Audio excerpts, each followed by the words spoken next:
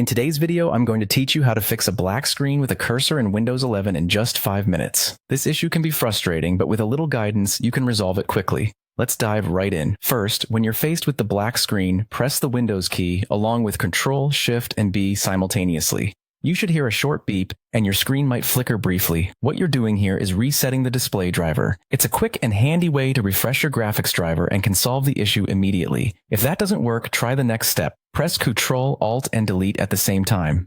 When the new screen appears, select Task Manager from the menu options. This step is crucial because if Task Manager opens, it indicates that your system is responsive, which means the problem might not be as severe as it seems. Next, try adjusting your display settings. Press the Windows key and P together, then press P again, followed by Enter. This action cycles through different display modes. You might be on the wrong one, and this simple tweak can sometimes bring your display back. So give this step a try. If the steps so far haven't resolved your issue, it's time to perform a hard shutdown and restart. Hold down your power button for 10 to 15 seconds to force the computer to turn off completely. Sometimes, a cold reboot is needed to bring everything back to normal and clear out any temporary problems that led to the black screen. In cases where your screen remains black despite these efforts, you'll need to consider accessing Safe Mode or the Windows Recovery Environment, also known as WinRE.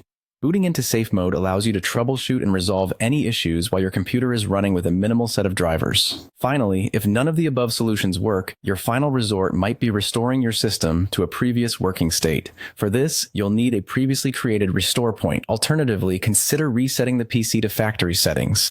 When doing this, you often have the option to keep your personal files so you won't lose important data. Remember, this step should only be taken if all other options fail, as it is more time-consuming and might require software reinstallation afterward. And there you have it. By following these steps, you should be able to solve the black screen with a cursor problem in Windows 11 efficiently. Remember to attempt these methods in order, starting from the simplest to the more involved ones, to ensure a quick resolution. Thank you for watching, and don't forget to subscribe for more troubleshooting tips.